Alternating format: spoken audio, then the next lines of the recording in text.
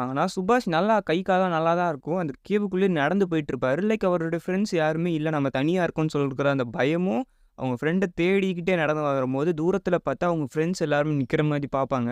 அங்கருந்து நம்ம காப்பாத்திற மாட்டாங்களான்னு சொல்லிட்டு இவரு கத்துறத, லைக் அது ஒரு இல்யூஷன் மாரி காமிச்சுட்டு, அந்த டைம் சுபாஷ் கண்ண ஓப்பன் பண்ற மாரி காமிச்சிருப்பாங்க.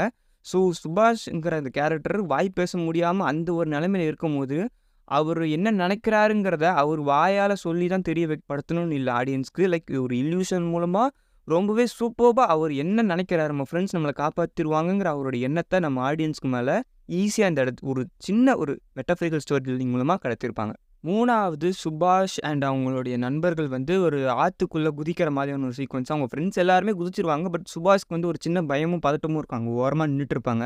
பட் அவங்க ஃப்ரெண்ட்ஸ்லாம் "பரவால்ல வா" அப்படின்னு சொல்லும்போது கரெக்ட்டா அவங்க குதிப்பாங்க. அதாவது அந்த பயம் இருக்கு. இருந்தாலும் அந்த பயத்த தாண்டி குதிக்கும்போது, கரெக்ட்டா அந்த இடத்துல